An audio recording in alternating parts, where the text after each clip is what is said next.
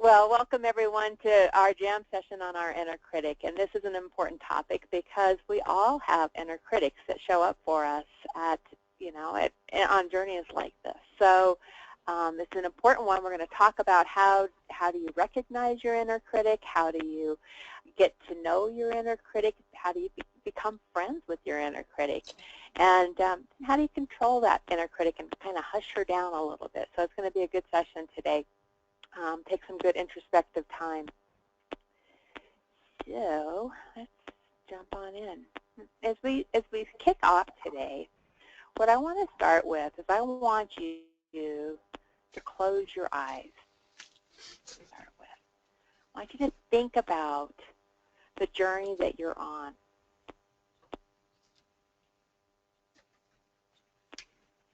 What brought you here?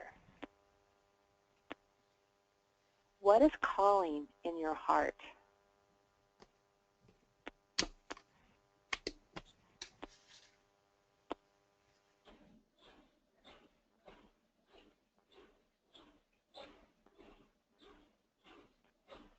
Chances are, guys, is you're feeling, as you're stepping into this journey that you're on, into your next chapter, the new discoveries that are out there for you, you are feeling all kinds of, you're stepping into things you've never tried before. You're learning new things. It's that spiral evolution of expansion and growth that's happening for you. And there's probably some calling for something new and different that brought you into this group.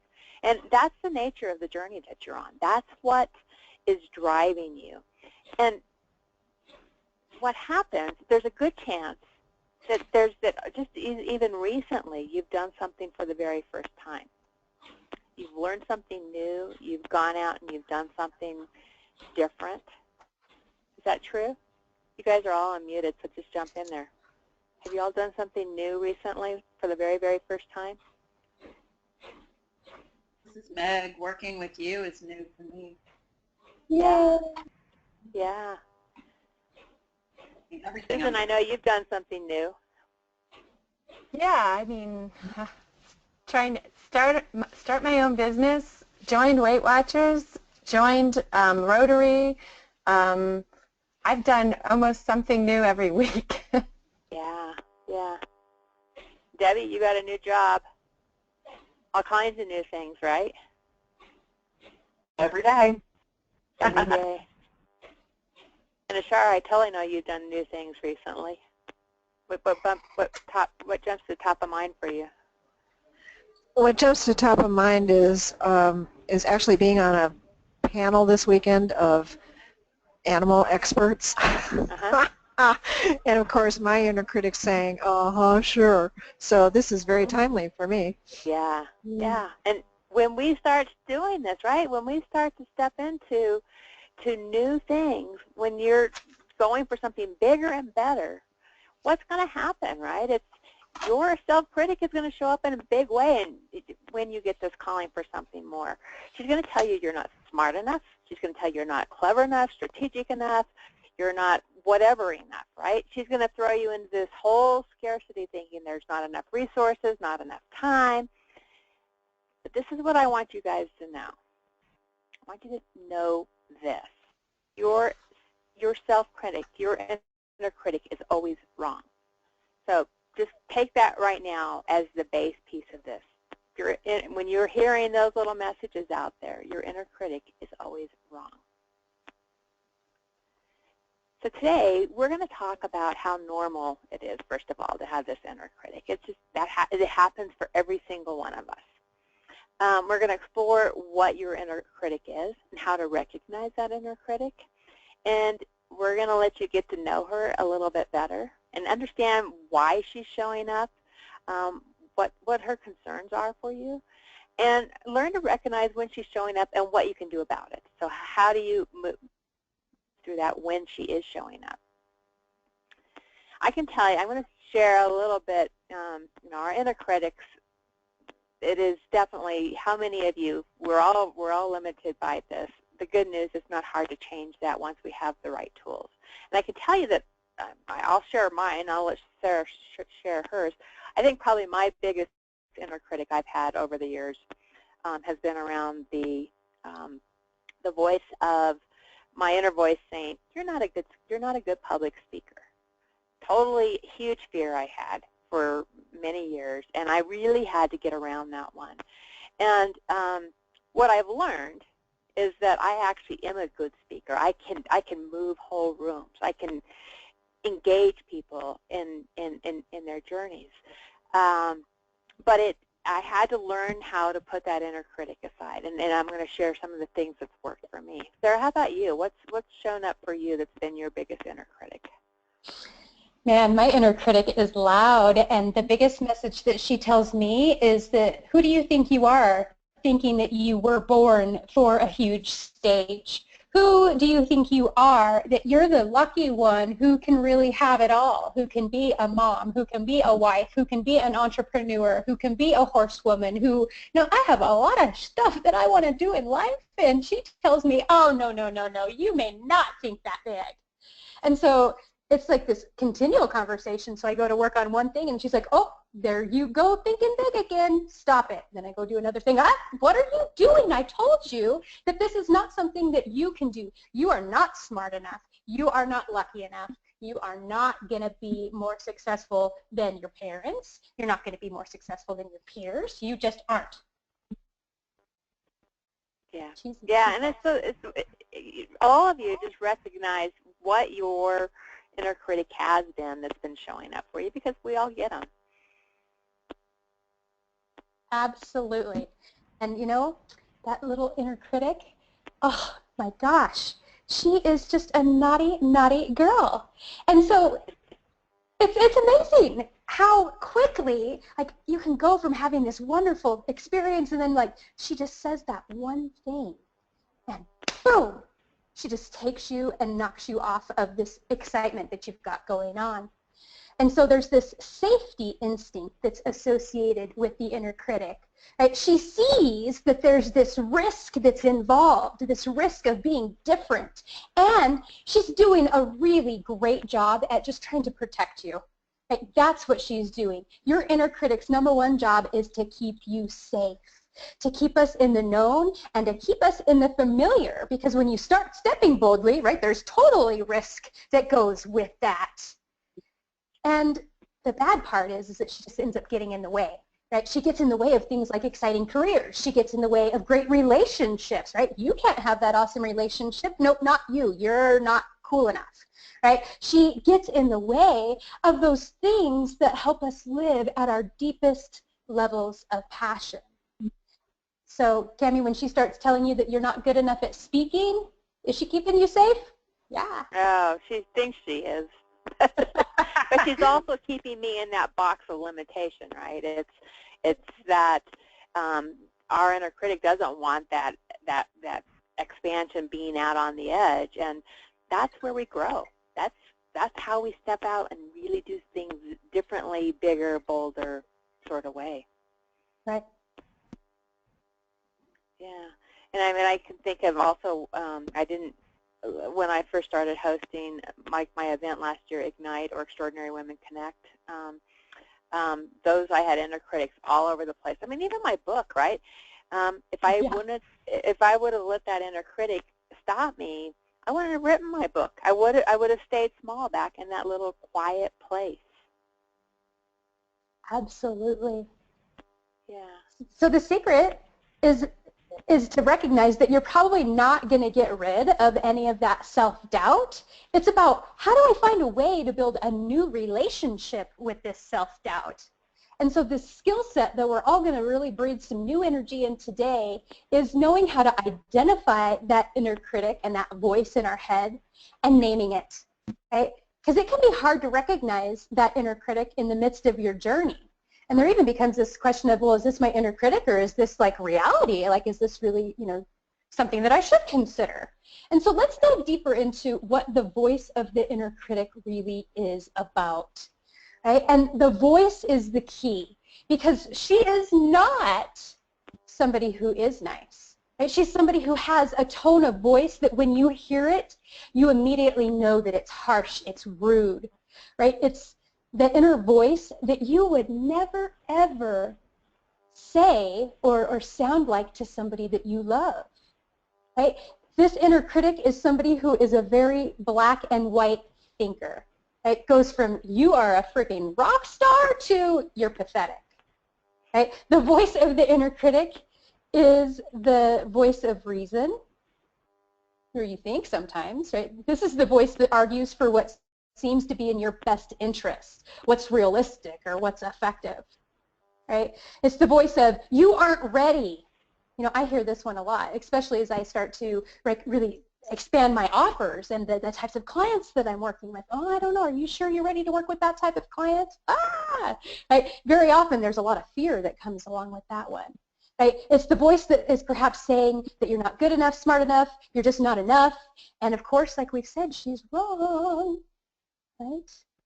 And there is sometimes like this thing that comes along with the part that you're not good enough at. Right? You're not good enough at strategy. You're not good enough at the technical stuff. You're not good enough at negotiation. Right? She knows those things that really poke. Right? I joke with my husband a lot. It's like, don't poke the bear. Right? My inner critic is always poking the bear and knows that hot button issue. Right? You know what's a good one for that? That one, for those of you who are on the mastermind group, I'm not good at sales. I hear that one a lot. So we're going to really be working on that one a lot this month, right? So we changed that conversation. Absolutely, yeah. I'm not a born salesperson, right? Though that's what other people are really great at, right? No, and we'll get around that one. For sure, for sure. And it's like the broken record, right? Repeating these core narratives that you've been playing to yourself for decades. And it's irrational, but persistent. And we recognize that it's irrational, yet it still has power over us. And it's the 1-2 punch, right? It's like the, hey, everybody else has it together in this room. You walk in there and you're telling you this, and then it's followed by the, get a grip, what's wrong with you? Why can't you be cool like all of this? You know, this other stuff of this awesomeness that you see around you. And the thing that is also really interesting is that the inner critic is often inspired by outside forces. Right? I was having a conversation with my dad just the other day. I was telling him that I wasn't selected to do the TED Talk after all. And, you know, his feedback, I know, it was a super bummer deal, and his feedback was like, oh, okay, and he didn't really know what to say to me. And what I wanted him to say was like, oh, you totally need to have that message be told, blah, blah, blah, blah, blah, and he didn't. And so that lack of him giving me a positive response, that triggered my inner critic immediately. It's like, well, he didn't have anything to say because he doesn't believe in your message. What are you thinking?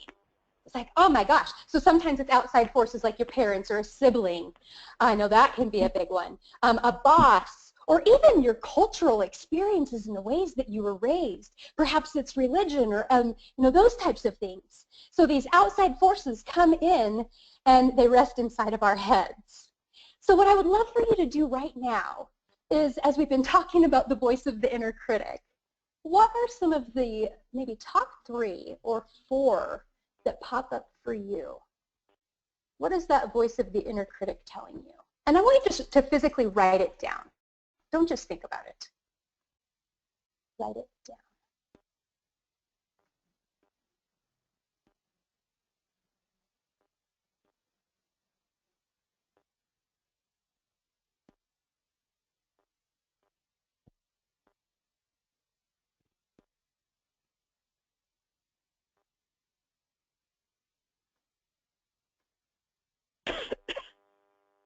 These are really important things to identify with. And, you know, I was listening to a coach that I absolutely love. Her name is Kai yesterday, and she was talking about the fact that there are some people that don't want to talk about inner critic because they think that talking about it calls in more of it. It's like, oh, if I go there, then it's just going to take over my life. And I just want everybody to know that that is so not true.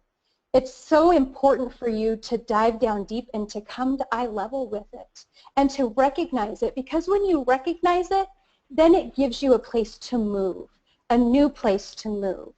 And so know that this work that you're doing to just come and say, all right, who are you? What are you telling me? Is going to serve you so very well, because it takes you from a reactive place to a total proactive place. Now let's talk a little bit about the inner critic versus realistic thinking?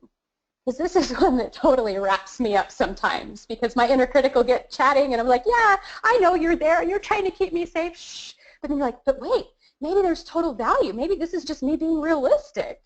And so there are some key determining factors to recognize, all right, is it really my critic or is this realistic thinking? Because they are very, very different, right?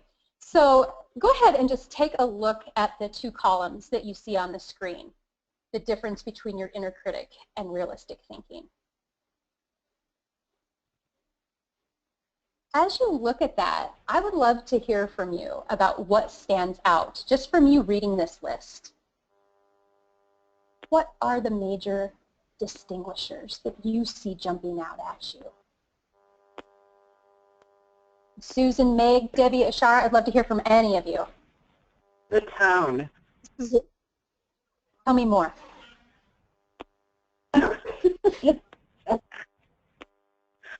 Well, no, just if it's your inner critic, then, you know, yeah, it's a very harsh tone. It's very quick. It's reactive. It's anxious. It's nervous.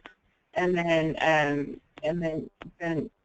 well, I guess we'll talk about it next week, is your inner mentor is very calm and very relaxed and very assured and grounded. I love that. Like the energy that the inner critic list brings is definitely harsh, right? It's got that just tone of, ugh, I don't like that. That's kind of dark. It's kind of icky, right? But then when you move over to that other side of realistic thinking, what is that tone? Right? I love that it's about curiosity. It's about gathering data and figuring out, okay, well, here I am with this situation. Instead of me going, oh my gosh, it's just, you know, it's not going to work, or, you know, it's this black and white situation. It's like, I wonder what I could do to gather some more data. What is it that I'm not seeing that maybe I do need to see? You know, what are the open-ended questions that I need to be asking myself about possibility? Right? What are some of the solutions that I'm going to be able to bring to the table that might help me to maybe adjust this view, even if just a little bit, right? So it's very solutions-oriented, it's very proactive-oriented, and it's very much, I have control of trying to make a difference here.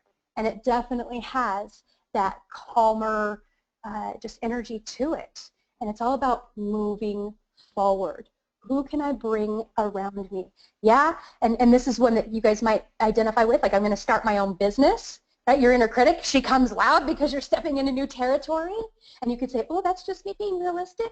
But really, it's about, I'm honestly concerned. I want to, you know, provide a solid financial future. I want to make sure that I'm setting myself up for, you know, a business that's viable because people want it. And so instead of just listening to inner critic like you can't do that, it's like, well, let's go do some research. Let's see who I can bring in to support me. Let's see what this path forward might look like. So major difference. Think about how it feels in your body between those two sides, right? When you've got that inner critic, what's your body feel like? What happens, right? And when you get into the realistic thinking where you're being strategic, you're taking very calculated steps, very, very different feel of what happens in your body, which is in turn going to bring a very different outcome. Mm-hmm. Yeah, I know when my inner critic is preaching, I feel like I've got to like ball up almost, like that fetal position. My shoulders hunch over, my gut is tied in knots, my heart doesn't feel really open, and it's just a lot of heaviness. And when it's, you know, the curiosity and the possibility, it's like, okay, open this puppy up, and this definitely feels different.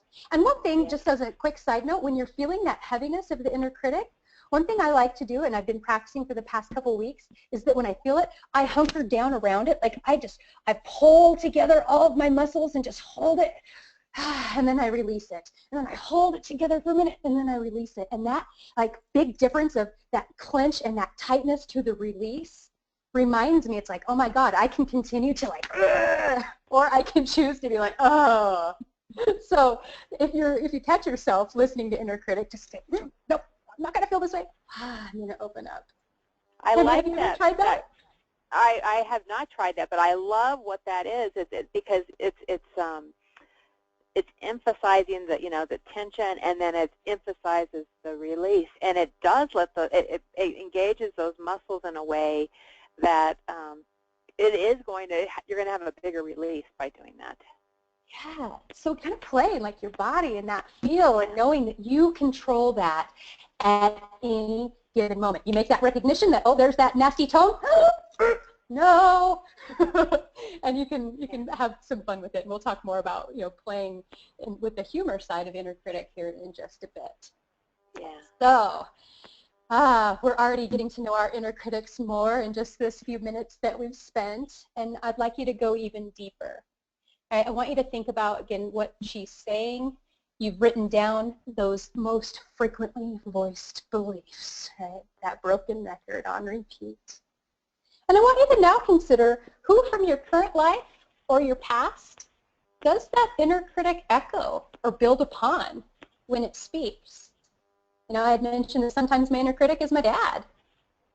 Maybe it's an old teacher or something from a cultural message. So just take a moment and note if anybody or any theme pops up for you.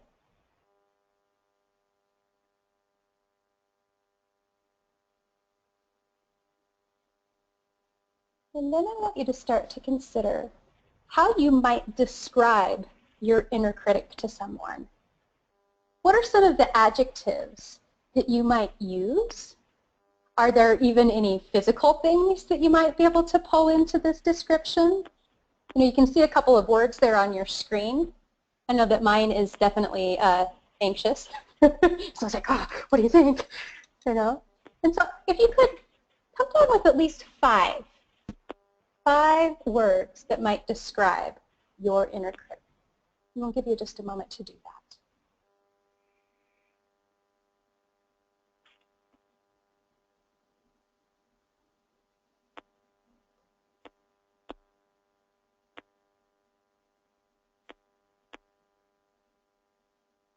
One that I just wrote is nosy. My inner critic is very nosy. She thinks she needs to know everything. I wrote pushy. Is anybody willing to share the words that you came up with? Sure. Awesome. This is Ashara. Thanks, Ashara. So my inner critic is skeptical, and she's judgmental. She's a naysayer. She's beaten down, so she has like no energy at all. She's been doing the same job for way too long because she works in the government. I love that you made that kind of an association, though, because there's an energy that comes with that, like connotation of, man, she's worked for the government for way too long. Great job. Right. Oh yeah, she's one of those people that you find out at the county who is very obstructive and has her little area of control, and that's where she lives. She has a name. She has, I know how she dresses. I know who she hangs out with, and not too many people because she doesn't have very many friends. Yeah. And her name is Sally Jenkins. Sally Jenkins. I like it. Yeah, Sally Jenkins. I think she works at the DMV. I love the language that you've selected, Ashara. As you were describing her, I think you could totally feel it. Wow, that was great. Anyone else who can share?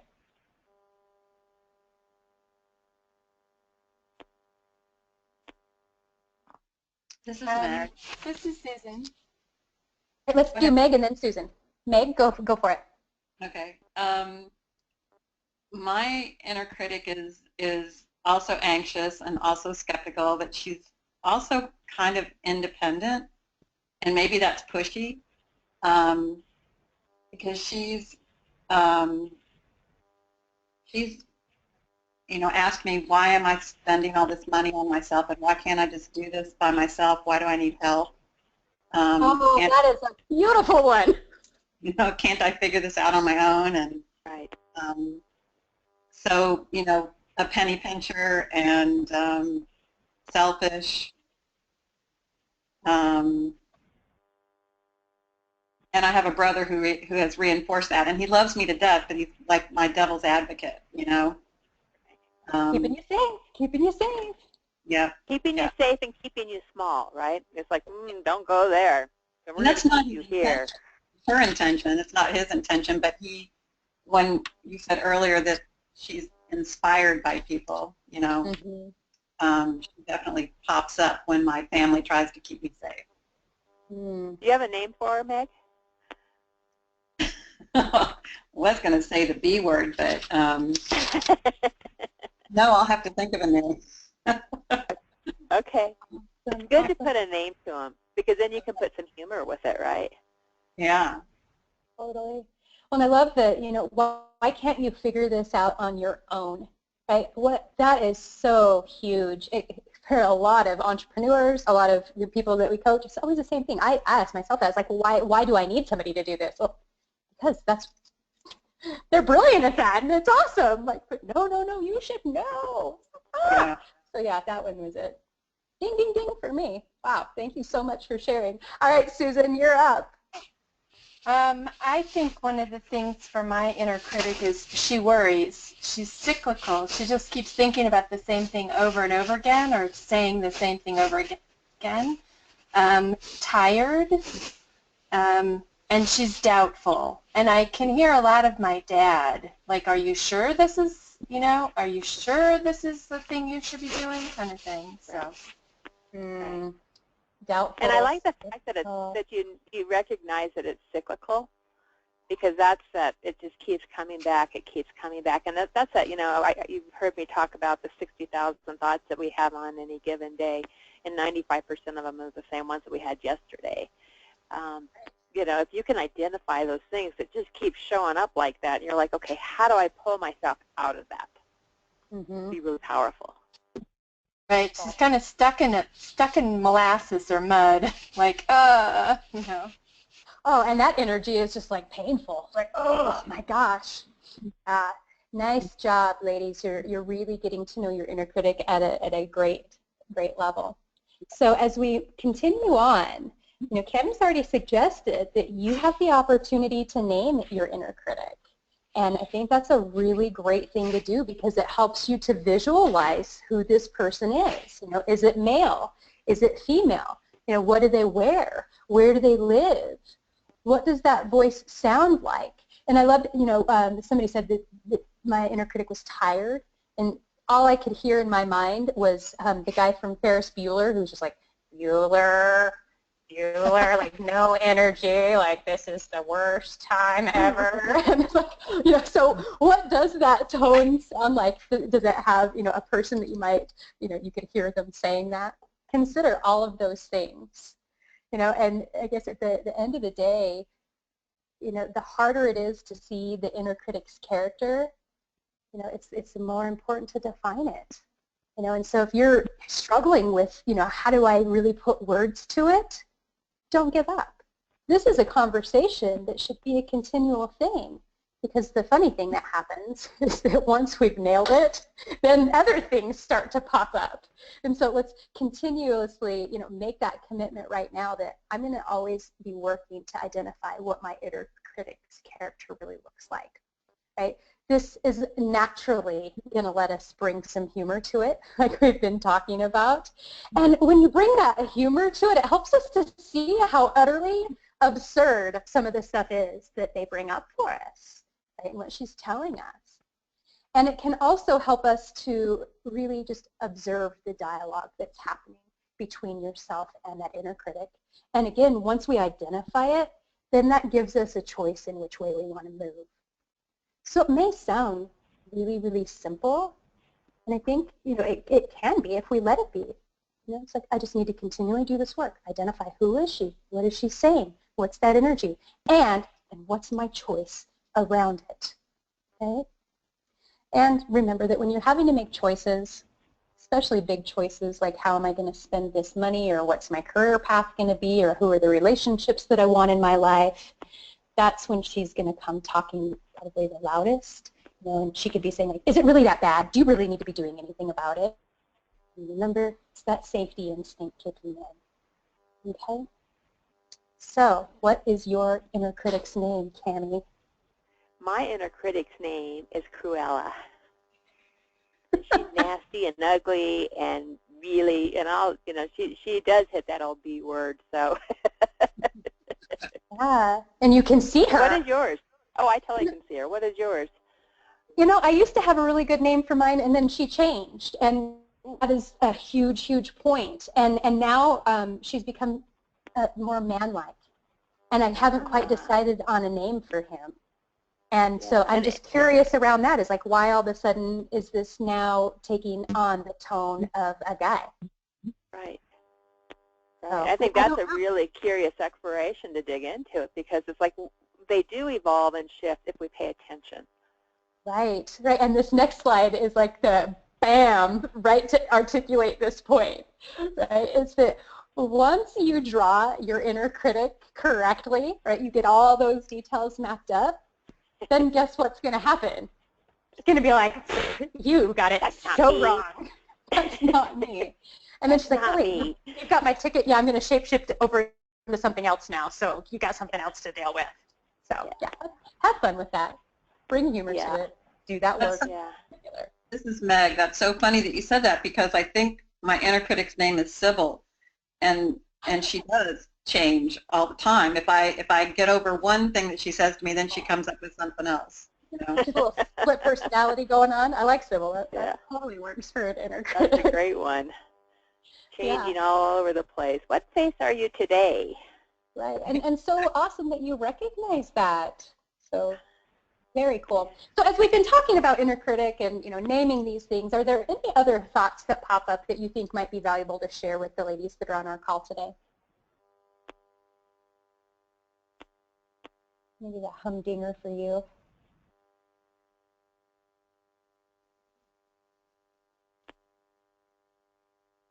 All right, then let's continue on. Okay, so let's start to look at what motivates your inner critic. So your inner critic is worried about keeping you safe. Doesn't care whether you're fulfilled along the way. Doesn't care if you're growing, you're expanding, you're accomplishing the things that you're setting out to do in the world. It's about keeping you safe.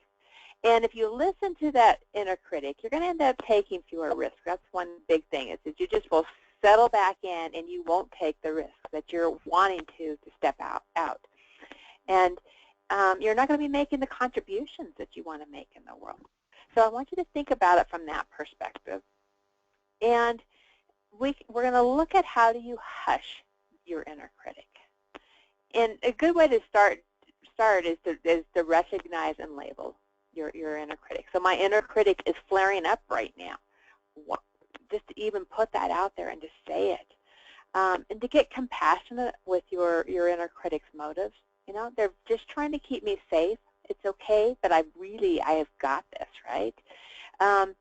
It is about what you resist, knowing that what you resist will continue to show up for you. So if you ignore it, if that inner critic is there and you're just, I'm not going to pay any attention to it, I'm not going to go there because it's a negative emotion, it's not going to go away. It's going to stay there. It's going to persist with you. So look for humor. Put something. I mean, I love your comment, Meg, about it's Sybil. She's Sybil because she keeps changing faces. And so if you can start to recognize this is this face of Sybil, and this is this face of Sybil, you're going to start seeing a whole different way that she's showing up for you, and be able to play in that space. You can pantomime putting all of your inner critics into a vessel, right? It's like I'm putting it here, and I'm going to go push this down the, I'm going to go push it down the toilet and flush it down the toilet, or I'm going to go throw it outside. I'm going to put it on a cloud and send it away. I'm going to put it in this box and get rid of it. So actually pretending like you're putting this inner critic. And the thing that I like to do is you can picture that voice receding into space. They're talking, but then they start to go away, or you can turn down the volume of that inner critic. But it's just looking for ways that you can, start to just really be gentle and tell your inner critic, you know what, I'm hearing you. I hear your concern, but I've got this. this is where I'm going. I know what I'm supposed to be doing, and I know why you're concerned about this. But you know what? I've worked my whole life for this, and I've got this. So that's one I use a lot. Does anyone else have some ways that you hush your inner critic? Yeah, I do. This is Ashara. Yeah. I got my little hand up.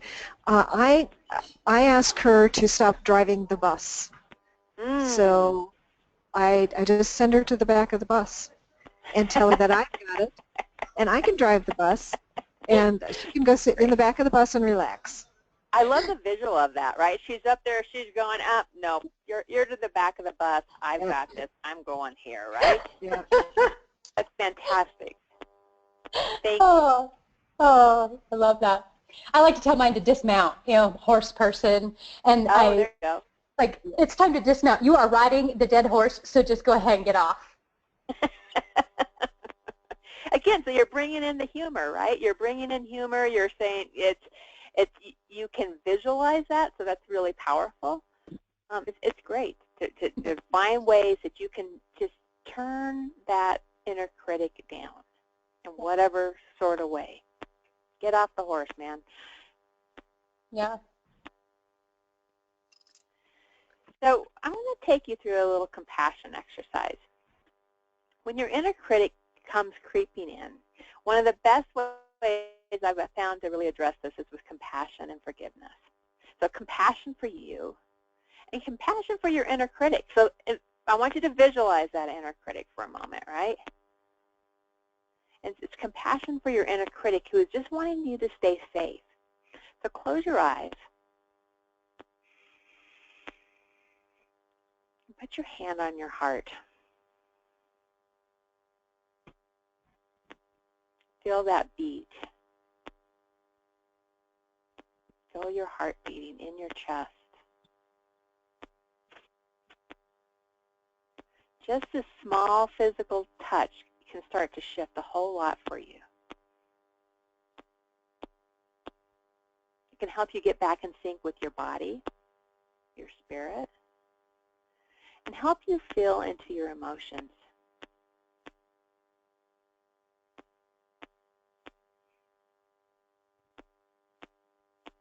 I want you to recognize that when you're starting to play bigger, starting to follow your passions like you're doing, starting to step into new work, your inner critic is going to show up. And it's okay. I want you to visualize your inner critic for a moment.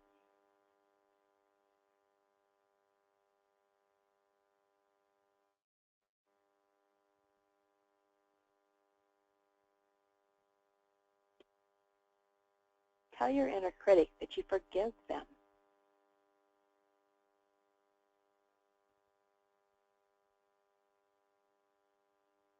And say a quiet thank you for the reasons that your inner critic wants to protect you.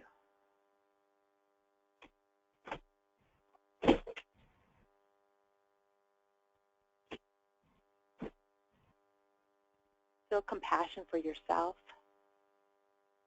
And remember, your heart knows the way.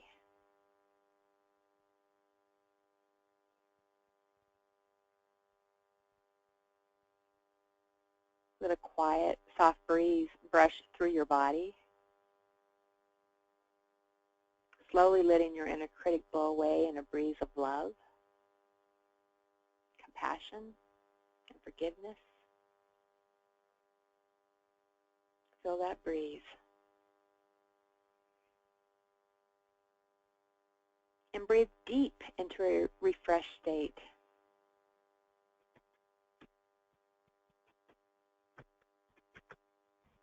Tell yourself, I love you. Embrace yourself. Give yourself a big hug.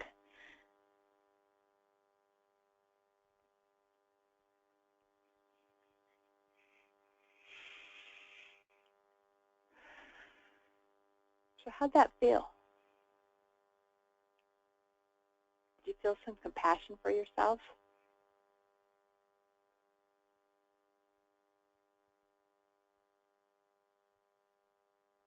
This is Meg.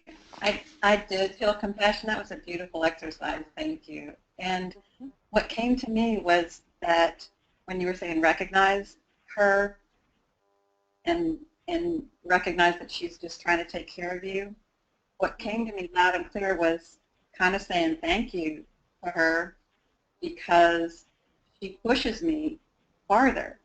You know, she maybe gives me little nuggets to say, oh, I need to look into that, or I need to do something about that. And we go back to the two lists. Right. Every time I hear her voice, it makes me want to do the other side of the list.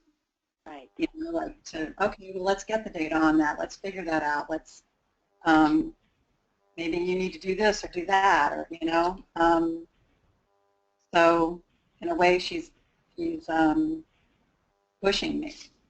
And she makes you stronger, right? Exactly, yeah. Right. Good. Good. I That's love that great you're finding recognition. value in that. That's awesome. Yeah, and it's you know, just finding the gratitude for her, and that can change that relationship, so that you know when to love on her and know when to say, I've got this. Mm-hmm. Good. Thank you. Anyone else want to share? This is Ashara. Uh-huh. And one of the things I really felt from Sally was recognizing that she was there and keeping me safe, and then releasing her to the wind. From her, I felt such a sense of relief because we were in it together. Right. And so for her to kind of relax into where we're going, her face actually softened a little bit. Yeah, it was pretty Nice. cool. And really important for you as you head out into this big weekend, right? The weekend in front of you. Yeah, absolutely. Yeah. Absolutely. Because you can kind of let some of that move through you and flow through you, so it's not sticking to you. And know that she's there to lean back into, but it's a different. If you can let that move through you now, it makes you stronger and more assured there. I almost felt like she wanted to, at some point, mutate into the inner mentor. Okay. Cool. Yeah. Yeah. Yeah. And that's, for those of you who don't know, that's where we're going next month, is really starting to look at who's your inner mentor and how do you light up that inner mentor. So I'm thrilled that you see that potential, Ashara. That's beautiful. And I love that there's shifts that are happening in just the few minutes that we took to do something as simple as putting our hands on our hearts and, you know, thinking about things like compassion and gratitude and love. And I just think that's so powerful. And if we could make that choice, you know, and get into that ritual whenever we know that there's that opportunity, then just think of how much more amazing we're going to be showing up. So congratulations, you guys. Like, just this much time and big results can happen. Yeah. Okay. So it's not what you say out of your mouth that determines your life. It's what you whisper to yourself the most, that has the most power. So just think about that for a moment. It's not what's coming out of your mouth. It is what you're telling yourself, and that's what shifts and moves you. And so just really be cognizant of this.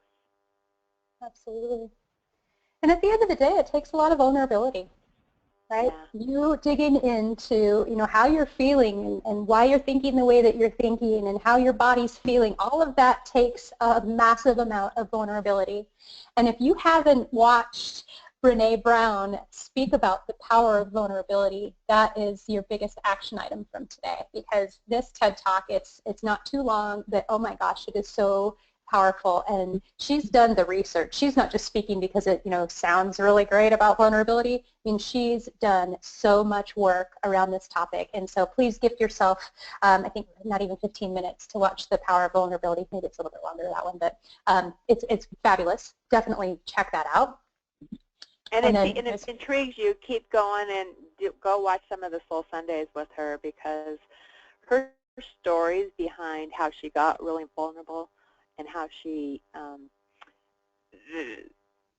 inner critic showed up for her going, oh my God, what have you done to your career? Is, she was like, she woke up the next day going, oh my God, I think I've just ruined my entire career. That was her big inner critic, and it set her career on fire. Because she did get vulnerable. Amazing. Totally amazing. And you're thinking sales, like you've got to sell your product. Vulnerability, huge. So it'll work for you from that perspective as well. Yeah. So our Jam on Read is one of my very favorite books, and a lot of this work that we played in today comes right out of Tara Mohr's book, Playing Big. I think it is some of the best work that I've seen in this space of really identifying your inner critic, awakening your inner mentor. One of my favorite books of the last few years that I've read, and I read a lot of different books, but she is certainly can help you through a lot of this step into playing bigger. So definitely check her out. Absolutely. And and our September, as we mentioned, is going to be about awakening your inner mentor, and really love this one. This is about identifying who your inner mentor is and starting to become friends with her in a whole new way, so that she can be your guide in helping you move through some of the big steps that you're taking. It's on September 13th, and it's going to be 11:30 to 12:15. And we get to do one of my favorite guided meditations that I've ever done, and so you will not want to miss that. It's fantastic. Yeah. So with that, I thank you all for playing today and digging in, and it's getting to know your inner critic, and keep playing with her. Keep getting to know her. Spend some time, journal on her, whatever it is that gets you to know her at a deeper level. Just keep playing in that. So with that, we thank you, and you guys have an awesome week. You too. It's great to see both of you. Thank you. Good to see you. Bye. Bye. Bye. Thank you.